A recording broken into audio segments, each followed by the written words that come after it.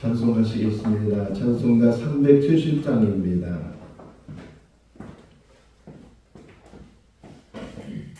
찬송가 370장.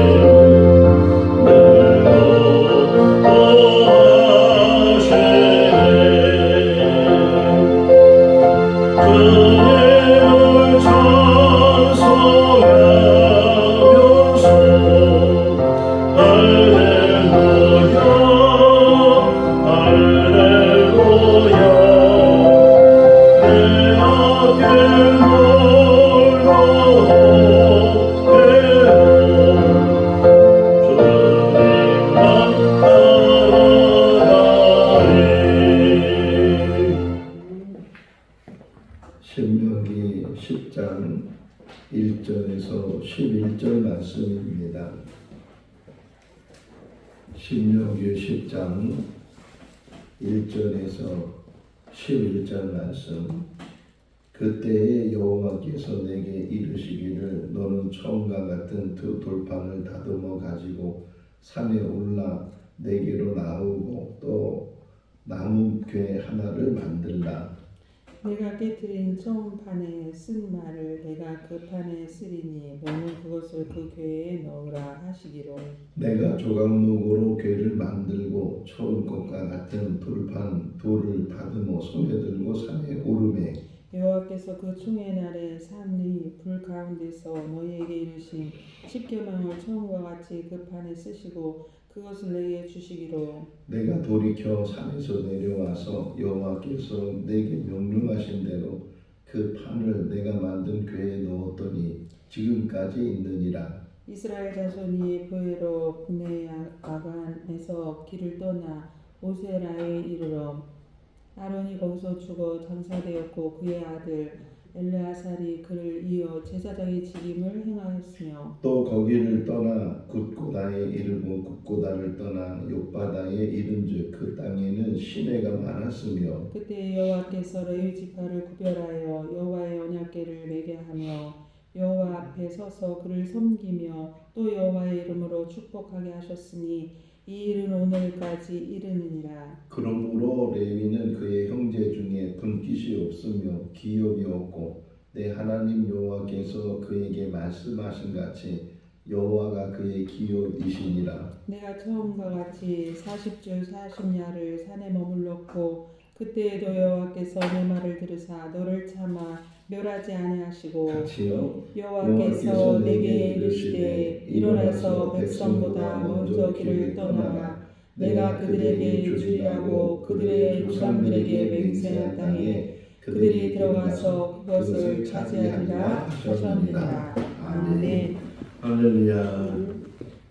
모세가 하나님의 말씀을 처음에는 못한다고 그랬다가 결국은 하나님의 말씀에 순종해서 이스라엘 백성들을 애굽에서부터 이끌어내는 지도자가 됐고 40년 동안 광야에서 그들을 이끌었고 마침내 가나안 땅에 들어가기에 앞서 모압 평지에 그들을 모아놓고 마지막 하나님의 말씀을 전하는 것이 신명기다 이렇게 말씀을 드렸어요.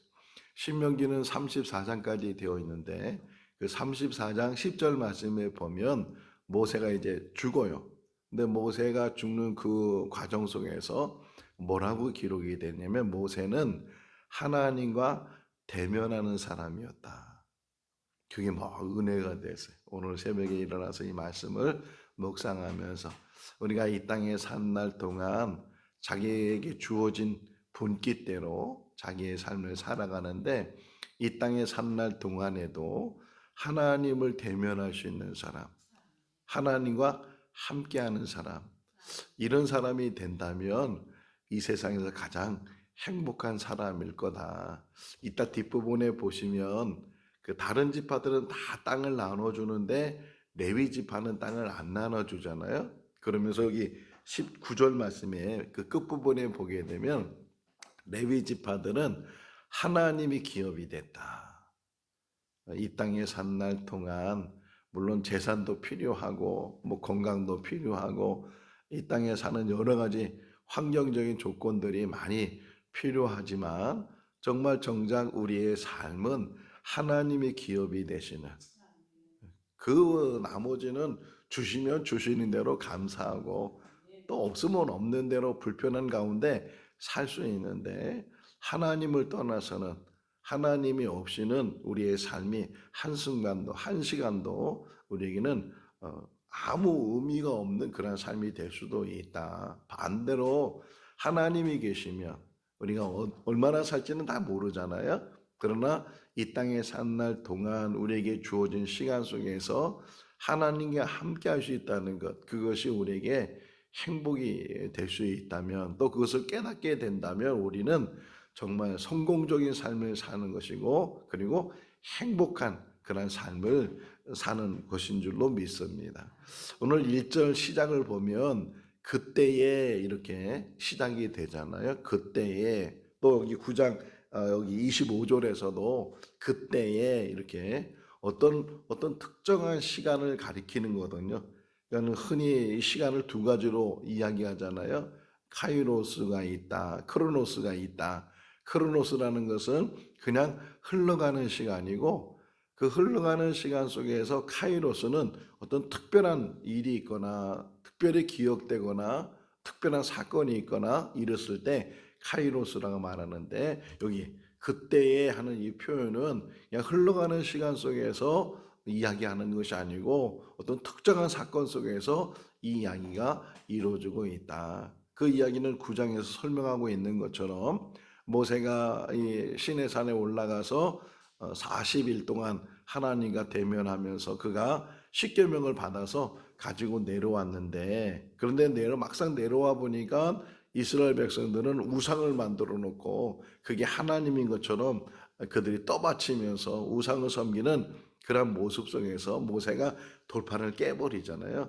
돌판을 깨버리고 또 그러면서도 하나님께서 이들을 다 진멸하겠다 이렇게 말씀하신 것이 있어서 모세가 하나님 앞에 엎드려, 어제 엎드려라는 그런 말씀을 묵상해서 그때 내가 하나님 앞에 엎드려서 정말 이 백성을 멸하지 말아 달라고, 하나님께서 이 백성을 어떻게 애굽에서 끌어내셨는지, 또 주변에 있는 나라들이 만약에 이들을 멸망시키면 뭐라고 하겠습니까? 조롱거리가 되지 않겠습니까? 그러면서 이 모세가 중보하면서 용서해 달라고 그렇게 이제 이야기했을 때, 기도했을 때 하나님 10절 말씀에 뒷부분에 보게 되면 하나님이 내 말씀을 들으셔서 이렇게, 그래서 오늘도 이 새벽에 말씀을 묵상하면서 참 중보 기도가 얼마나 중요한가. 요한복음 2장을 보면 가나 혼인잔치 이야기가 나오잖아요. 예수님과 예수님의 제자들 또 예수님의 어머니가 그 가나에서 혼인이 있었을 때 초대를 받아서 갔는데 포도주가 떨어졌단 말이에요. 그래서 예수님의 어머니가 예수님에게 이 집에 지금 포도주가 떨어졌다고, 근데 예수님께서는 내 때가 되지 않았다고 그러시면서 그 말을 수용하지 않으셨어요. 그럼에도 불구하고 그 마리아는 하인들에게 예수님이 무슨 말씀을 하시든지 그대로 해라. 그래서 시작된 게 항아리에다 물을 갖다 붓고 그 물을 연회장에다가 갖다 주는 이야기 나잖아요. 요한복음 2장 9절을 보면요, 연회장에다 이 하인들이 물을 갖다 줬어요. 그 연회장이 그 물을 물로 된 포도주를 마시면서 너무 놀란 거예요. 일반적인 사람들은 먼저 좋은 걸 줬다가 나중에 이제 나쁜 걸 주는데, 아니 이 집은 더 좋은 것을 나중에 준다고 그렇게 표현하면서 뭐라고 이야기하냐면, 연회장은 그것을 알지 못하나 하인들은 그것을 알더라. 그 포도주가 어떻게 생겼는지 이거를 연회장은 모른다는 게. 그런데 하인들은 처음부터 마지막까지 그것을 보았기 때문에 안다는 거예요. 이게 중보예요. 예, 중보. 민수기 24장에서도 23장 24장에서도 이 발람 왕 발락이 발람을 불러다가 이스라엘을 저주하라고, 그런데도 불구하고 하나님이 막으시잖아요. 우리가 모르는 그런 과정 속에서 우리를 지켜주시는 분이 있고, 우리를 모르는 그 과정 속에서 우리를 위해서 중보하는 그런 사람들과 또 중보하는 분이 계시는데, 그 중보하는 분이 바로 예수 그리스도이시다. 그리고 성령님이시다. 늘 우리가 이제까지 나 혼자 잘나서 살아온 것 같아도 다 위기 가운데 어려움 속에서도 나를 위해서 누군가가 중보해 주었고, 또 나를 위해서 예수 그리스도께서 이제까지도 붙들어 주셨고, 또 앞으로도 우리 한 사람 한 사람을 이끌어 가시는 줄로 믿습니다. 자, 그래서 돌판이 깨졌단 말이에요. 그러면 이제 그만둬야 되잖아요. 깨졌으니까 어쩔 수 없잖아요. 그런데 오늘 1절에 보게 되면 하나님께서 그것을 다시 만들어 주신다는 게, 네가 똑같은 돌판 2개를 만들어서 나에게 가지고 오면 처음에 써준 대로 너에게 써주겠다. 이렇게 하나님께서 모세에게 말씀을 하시는 거예요. 여기서 딱 멈춰서 또 생각해 보세요. 자, 질문을 해볼게요. 하나님이 모세에게 십계명을 줬잖아요. 십계명을 줬는데 그 안에 이제 10가지 계명이 있단 말이에요. 그러면 모세가 그 계명을 읽었을까 안 읽었을까요? 읽었겠죠. 그 십계명을 받아서 무슨 계명이 있는가를 읽었을 거고, 뭐 한 번만 읽었겠어요? 뭐 계속 여러 번 읽었을 테고, 더 나아가서는 모세가 그 깨트린 돌판이지만 그 깨트린 돌판에 기록된 그 십계명은 알았을 거란 말이에요. 무슨 내용이 거기에 적혀져 있는지 알았을 거란 말이에요. 그러면 하나님이 쉽게 하려면 이렇게 말씀하시면 되잖아요. 야, 네가 그 돌판을 깼는데 그러면 네가 똑같이 돌판을 만들어서 그 돌판에 기록되어 있는 그 내용을, 그 계명을 그대로 기록해 놔라. 이렇게 해도 충분히 모세가 그렇게 할 수 있잖아요. 그런데도 불구하고 하나님은 뭐라고 말씀하시냐면 내가 다시 쓰겠다는 거예요. 그 돌판을 만들어 가지고 올라오면 내가 그것을 다시 써서 너와 너의 백성들에게 내가 주겠다. 이거 막 은혜가 되세요. 하나님의 말씀은 하나님이 쓰시는 것이고 하나님이 우리에게 주시는 선물이다. 모세가 아무리 기억력이 좋고 그것을 베껴 쓸 수 있다 할지라도 모세를 시키는 것이 아니고 하나님이 하나님 손으로 쓰신 그 계명을 우리에게 주신다.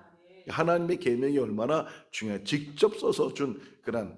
자, 이 바울의 서신에 대한 이야기를 우리가 좀 보면 바울이 서신을 보냈을 때 짧은 거는 바울이 직접 써요. 근데 긴 거는 바울이 뭐 얼마나 바쁘겠어요. 그러니까 대필하는 사람들이 대표적인 게 로마서예요. 로마서 끝부분에 보게 되면 자기 이름이 더들로라고 자기 이름을 드러내. 내가 이 편지를 대필한 사람이다. 나도 너희를 문안한다. 이렇게 그런 표현을 보게 되면 그렇게 자기가 직접 쓰는 것도 있지만 누군가가 자기 말을 들으면서 그걸 기록을 해서 예레미야도 마찬가지예요. 예레미야는 바룩이라는 그런 하인이 있어서 서기관이 있어가지고서 예레미야 말을 적어서 쓰는 그런 일이 있었던 것처럼 그런데 하나님은 지금 이 계명을 주시면서 모세에게 네가 다시 그거 써 네가 깼으니까 이렇게 말씀하시는 것이 아니고 내가 다시 써주겠다는 게 돌판을 만들어서 가지고 와라. 그리고서 오늘 2절에 보게 되면 나무괴를 하나 만들어라. 그 돌판을 보관할 수 있는 괴를 하나 만들어서 이제는 그걸 깨지도 말고 잘 보관을 해라. 이게 없어지면 안 되니까 잘 보관을 해야 된다. 어제 성경 공부하면서 이 내용을 우리가 같이 말씀을 묵상했는데 나중에는 성막을 만들고 법궤를 만들어서 그 법궤 안에다가 이 하나님이 써주신 이 돌판 2개를 거기에 두고 심지어는 솔로몬이 성전을 지었을 때도 그때도 그게 존재해서 그 언약궤를 성전의 지성소에 갖다 놓았을 때 그 안에 뭐가 있는가를 확인해 보니까 만낭아리도 없고 아론의 쌍난 지팡이도 없고 오직 돌판 2개만 거기 있었다 이렇게 표현하고 있는 것처럼 언약궤에다 법궤에다가 그 두 돌판을 보관하라는 거예요. 근데 더 중요한 거는 그냥 잘 가지고 있는 게 중요한 게 아니고 그것이 성막을 만들 때 성막의 울타리를 먼저 만들고 성막의 입구를 만들고 제일 먼저 번제단을 지나면 물두멍을 지나면 성막 안으로 정말 성소 안으로 들어가서 성소 2개로 구분되어 있잖아요. 앞에 먼저 들어가는 성소를 그냥 일반적으로 성소라고 하고 그리고 또 앞에 휘장이 쳐 있어서 그 휘장 안으로 되어 있는 방을 지성소라고 하고 그 지성소는 법궤만 있다는 거예요. 성소에는 이쪽으로는 떡상이 있고 또 이쪽으로는 촛대가 있고 또 그 지성소 앞에 들어가는 휘장 앞에는 향단이 있어서 그래서 거기까지는 제사장들이 들어갈 수 있는데 그 지성소 안에는 들어갈 수가 없어요. 가장 거룩한 장소이기 때문에 한 사람만 대제사장만 그 지성소 안에 들어갈 수 있고 그것도 매일 들어갈 수 있는 것이 아니고 대속죄일이라는 그런 절기가 됐을 때 한 번 대제사장이 그 안에 들어가서 법궤 위에다가 피를 뿌리는 그런 제사를 드리게 되는데 그만큼 중요한 자리고 중심의 자리고 그 중심의 자리에 법궤가 법궤 안에 이 돌판이 있다는 거예요.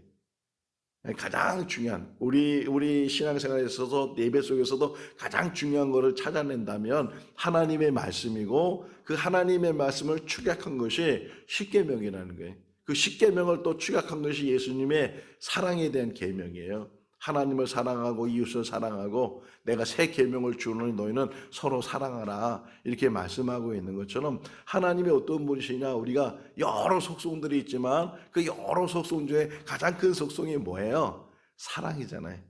하나님의 그 사랑이 오늘도 우리를 붙들어주고 여기 보게 되면 모세가 중보기도 하면서 이스라엘 백성이 용서를 받잖아요. 제가 이거를 생각해 볼 때 어렸을 때 어머니한테 혼나는 것이 생각이 났는데 다른 거는 제가 혼이 안 났어요. 그런데 뭐 때문에 혼나냐면 동생하고 맨날 싸우는 거예요. 동생. 2살 더 어리기 때문에 뭐 투닥투닥 하다 보면 이렇게 말다툼을 하고 심지어는 뭐 치고받기도 하고 그러면 그때마다 어머니가 얼마나 속상한지 그 빗자루를 들고서 둘이 앉혀놓고서 맨날 야단을 치는데 그때마다 제가 하는 얘기가 뭐냐면 다시는 안 그런다고 다시는 안 싸우겠다고 그래 용서를 빌면서 이제 맞는 거를 이제 멈추게 해요. 다시는 안 하겠다고. 근데 또 그 다음날 또 그 말은 그냥 다 헛수고예요. 또 싸우고 또 혼나고 몇 번이나 했을까요? 헤아렸을 정도로 이렇게 했는데도 불구하고 어머니가 야단을 쳤지만 그래도 용서하시잖아요. 그게 막 생각나더라고요. 하나님이 공의만 가지시고 하나님의 벌만 내리신다면 벌써 우리는 죽어도 1,100번 죽은 그런 죄인인데 그 하나님의 용서하심이 또 용서해 주시고 알면서도 용서해 주시고 또 돌이키면 용서해 주시고 그것이 오늘까지도 우리를 붙드시고 우리를 인도하신 줄로 믿습니다. 그 하나님의 용서하심이 늘 우리에게 있을 때 우리도 다른 사람을 용서할 수 있다는 거예요. 하나님의 용서를 깨닫는 사람은 이 땅에 살면서 원수 줄 일도 없고 미워할 일도 없고 다 내가 정말 나는 더 부족한 사람이고 나는 더 하나님 앞에 불의한 사람이고 누구를 비판하고 누구를 판단하고 누구를 이게 모함하고 누구에게 손가락질할 수 있겠어요. 요한복음 8장을 보니까 가늠한 여자가 현장에 잡혀서 예수님께 끌려왔을 때 사람들은 돌을 들고 그 여인을 죽이려고 기다리고 있는데 예수님께서 그들을 향해서 죄 없는 자가 먼저 돌로 치라 이랬을 때 다 도망갔죠. 그래도 그거 보면 양심은 살아 있었구나. 지금 같았으면요 그냥 던졌을 거예요. 그죠? 그렇게 죄가 많은 사람들도 속여가면서 돌을 던졌을 텐데 그나마 그래도 그들이 양심이 살아 있어서 다 도망갔는데 정말 모든 사람들은 다 죄가 있는 사람들이다. 다 허물이 있는 사람들이다. 우리가 우리 자신을 못 보기 때문에 얼마나 큰 죄인인지를 알지 못할 때가 많이 있는데 우리는 다 죄인이고 불의한 자이고 부족한 자이고 하나님의 은혜가 아니면 오늘도 이렇게 설 수도 없고 살 수도 없는 그런 우리 인간인데 그럼에도 불구하고 하나님의 사랑 가운데 우리를 붙들어 주시는 줄로 믿습니다. 자, 그러면서 여기 또 보시면 6절을 자세히 보시면 앞에 가로가 쳐 있잖아요. 9절까지 9절에도 끝날 때 가로가 닫혀지고 가로가 쳐 있고 가로가 닫혀져 있는 것은 이제 좀 이게 후대에 쓰여진 이야기라는 게 후대. 그러니까 첨가됐어요. 하나의 이게 삽입을 더 시켜준 건데 거기에 보게 되면 2가지 이야기가 나오는데 하나는 아론의 죽음에 대한 이야기가 나오죠. 아론이 이제 자기의 사명을 다하고 그가 죽게 됐을 때 그의 아들 엘르아살이 대신에 아론을 대신해서 대제사장이 됐다 이렇게 표현하고 있어요. 느보산에서 여기 호르산에서 아론이 죽게 됐는데 어쨌든 모세가 아론과 이 엘르아살을 데리고 올라가서 아론의 옷을 벗겨서 엘르아살에게 입히고 아론은 거기서 죽게 되는 그런 이야기가 민수기 20장에 기록이 되어져 있어요. 자, 그런데 아론은 원래 4명의 아들이 있었어요. 4명의 아들이 있었는데 이 엘르아살은 3번째 아들이에요. 원래 이 세습이라는 것은 장자에게 주는 세습이에요. 장자에게 계속 이어져야 되는데 근데 장자가 엘르아살은 장자가 아니고 3번째 아들이란 말이에요. 그런데도 불구하고 이 엘르아살이 아버지 대를 이어서 대제사장이 된 것은 그 후에 2명의 형들이 하나님으로부터 징벌을 받았죠. 흔히 알고 있는 나답과 아비후. 이 나답과 아비후가 먼저는 하나님 앞에 제사를 드릴 때 하나님이 뭐라고 말씀하셨냐면 여호와의 불을 가지고 제사를 드리고 여호와의 불을 가지고 성소 안에 있는 등잔의 불을 켜라는 거예요. 그런데 뭐라고 표현되어 있어요? 다른 불을 사용했다는 거예요. 하나님의 불이 아닌 다른 불을 사용했다. 우리는 흔히 생각하기를 아니 불은 똑같은 불이지 이 불이나 저 불이나 똑같은 불이지 뭐 다른 불이 있겠는가 이게 우리의 또 착각일 수 있어요. 똑같은 불처럼 보이고 뭐 불의 역할은 뭐 어떤 불을 하든 성냥을 켜든 라이터를 켜든 뭐 가스를 켜든 그게 다 똑같은 불이라고 생각하는데 하나님은 그렇지 않아요. 하나님이 주시는 불이 있고 그 하나님이 주신 불이 아닌 불이 있다는 거예요. 똑같아요. 성령의 불이 있고 악령의 불이 있어요. 심하게 얘기하면. 근데 방언을 한다고 해서 다 이게 성령의 방언이 아니라는 거잖아요. 방언도 분별해야 된다고. 그래서 방언을 하려면 통역의 은사가 있어야 된다. 그것이 정말 참으로 성령이 주시는 방언인지 아니면 악한 것이 주는 방언인지를 분별할 수 있어야 된다 하는 것처럼 우리 신앙생활도 마찬가지예요. 이게 하나님을 섬긴다고 하는데 이게 하나님을 섬기는 것이 아닌 우상을 섬기는 일이 될 수 있다. 교회에서 예배 드리는데 뭐 다 이게 하나님을 예배하는 거지 이렇게 말할 수 있지만 더 자세히 보게 되면 더 그 예배 안에 들어가 보면 하나님이 받으시는 예배가 있고 하나님이 받지 않으시는 예배가 있다는 거예요. 왜요? 신령과 진정과 영과 진정으로 하나님 앞에 드리는 예배를 받으시는데 그렇지 않는 예배, 외식하는 예배, 형식적인 예배, 사람 중심의 예배, 예배라는 게 뭐예요? 하나님을 찬양하고 하나님을 높이는 건데 그게 아니고 하나님은 온데간데 없고 예수님은 온데간데 없고 사람을 높이고 뭐 단임 목사님을 높이고 누구를 높이고 그렇게 높이게 되면 그게 예배가 될 수 있겠느냐. 찬양도 마찬가지. 유행가하고 찬송가하고 뭐가 다른 거예요? 유행가도 가사 들으면 은혜가 얼마나 되는지 몰라요. 뭐 사람 이야기니까 다 은혜가 되고 막 눈물이 나고 막 그렇게 하는 게 유행가 있는데 그런데도 차이가 뭐예요? 찬송가는 대상이 하나님이라는 거예요.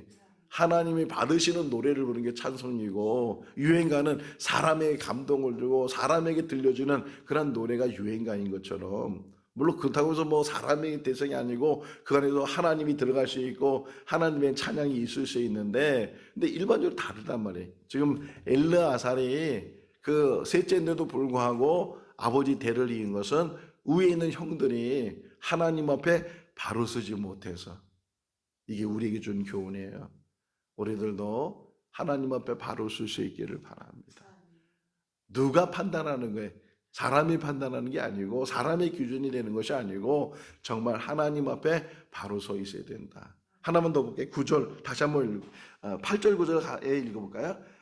그때 여호와께서 레위 지파를 구별하여 여호와의 언약궤를 매게 하며 여호와 앞에 서서 그를 섬기며 또 여호와의 이름으로 축복하게 하셨으니 그 일은 오늘까지 이르느니라. 그러므로 레위는 그의 형제 중에 분깃이 없으며 기업이 없고 내 하나님 여호와께서 그에게 말씀하신 같이 여호와가 그의 기업이시니라.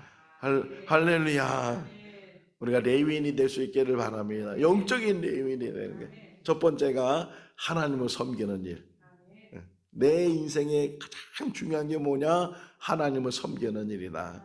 두 번째가 축복하는 거. 너희는 축복해라 그래. 축복해라. 늘 누구든지 한 입에서 어떻게 축복과 저주가 나갈 수 있느냐? 한 샘에서 어떻게 단물과 순물이 나올 수 있겠느냐? 우리 입에 늘 축복이 나갈 수 있기를 바랍니다. 어떤 사람에게도 축복해 주는 게 나를 미워하는 사람에게도 원수 같은 그런 사람에게도 늘 우리 입에서는 축복, 저주가 아니고 축복이 나가는 게 그 모든 판단을 하나님이 하시는 것이고 내가 그 일을 안 해도 하나님이 다 갚아주시고 다 행하시는 분이 하나님이시니까 축복하는 사람이 되라. 그리고 9절에서는 여기 세상 사람들은 다 분깃이 있고 세상 사람은 다 자기 기업이 있지만 우리에게는 하나님이 기업이 되는 거예요. 이번에 교황이 이제 돌아가시고 새로운 교황을 이제 선택했는데 그 교황 돌아가신 교황의 재산을 확인해 보니까 없다는 거예요. 참 물론 뭐 살아있는 동안에 교황 대접을 받고 뭐 필요한 거 다 대주고 다 이래서 재산이 필요 없을 수도 있지만 지금 보세요. 왜 옛날 우리 대통령들 보게 되면 왜 대통령들이 다 감옥도 가고 뭐도 하고 그래요? 다 재물을 축적하고 이 뭐 재산 쌓고 이런 일 때문에 그 무너지는 일들이 참 많이 있잖아요. 우리 목회도 마찬가지고 목회도 마찬가지고 신앙도 마찬가지고 우리가 세상을 떠날 때는 뭐 뭘 가지고 가겠어요. 어제도 이렇게 인터넷 보면서 죽음에 대한 이렇게 어떤 내용이 나오더라고요. 그래서 그걸 제가 제 카톡에다 옮겨놨는데 사람은 다 죽음을 맞이하게 되는데 두 가지네요. 죽음 앞에 서 있는 사람이 한 사람은 그 죽음을 잘 받아들인 사람이 있고 한 사람은 막 몸부림치고 막 그것 때문에 두려워하고 그런 정말 우리 인생 속에서 어떻게 우리가 죽음을 받아들이는가. 혹이나 저에게 이제 죽음이 딱 다가왔을 때 먼저 그때 되면 또 어떤 상황인지 모르지만 지금 생각해 보면 먼저는 감사하고 싶어요. 이제까지 살아온 일에 대해서 감사, 또 이제까지 내가 이렇게 만난 사람들에 대한 감사, 그런 감사를 하고 그리고서 소망을 갖고 싶어요. 하나님 나라에 대한 소망을 가지고 내 인생을 잘 마무리하면 참 좋겠다. 그런 기도도 우리가 해야 될 텐데 정말 우리가 이 땅을 떠날 때 뭘 가져가겠어요? 뭐가 필요해?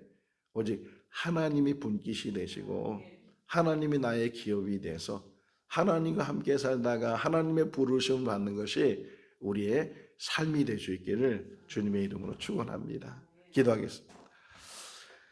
사랑이 많으신 하나님 아버지, 모세는 하나님을 대면한 자라고 또 이렇게 인정받았는데 우리도 이 땅에 사는 날 동안 하나님의 백성으로 하나님의 자녀로 하나님과 동행하는 애누 같은 삶으로 살아가는 인생이 되게 하여 주시옵소서.